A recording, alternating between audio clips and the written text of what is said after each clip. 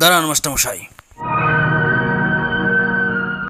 আপনাকে আজ থেকে আর রূপাকে বিড়ি খাওয়া শেখাতে হবে না। রূপার জন্য আমরা অন্য বিড়িখোর মাস্টার ধরে নিয়ে এসেছি।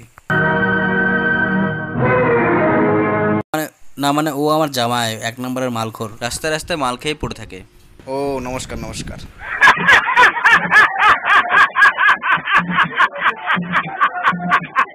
কিছু মনে করবেন না মাস্টারমশাই, রূপাকে তো বিড়িখোর প্রতিযোগিতায় জিততেই হবে, তাই আপনাকে বদলে দেওয়া হলো।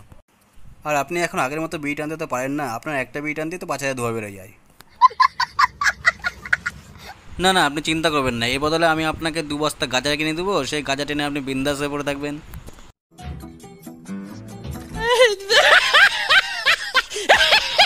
रुको जरा सबर करो। এর নাম হয়ে মাস্টারমশাই। আর থাক থাক, তা মাস্টারমশাই আপনার শরীর ভালো আছে তো? শুনলাম আপনার নাতির শরীর নেই, খারাপ নেই, নাতির শরীর ঠিক আছে তো এখন? হ্যাঁ হ্যাঁ বাবা, সব ঠিক আছে। তুমি কেমন আছো বাবা? আমি তো দিন রাত গাঁজা টেনে বিন্দাস হয়ে পড়ে থাকি। তাই নাকি?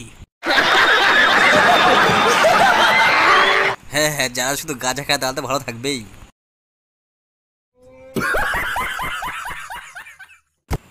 রথিন দাই, বিড়িখোর মাস্টার তোমার সঙ্গে একটু আলাপ করতে যায়। আরে এটা তো আমার গুরু বিড়িখোর মাস্টারমশাই। পেন নাম হয় মাস্টারমশাই। তুমি ওনাকে চেনো নাকি? চিনি কি বলছো, ইনিই তো পৃথিবীর সবচাইতে বড় বিড়িখোর, মদখোর, গাঁজাখোর মাস্টারমশাই। এনার কাছে তো আমি প্রথম বিড়ি টানা শিখেছি।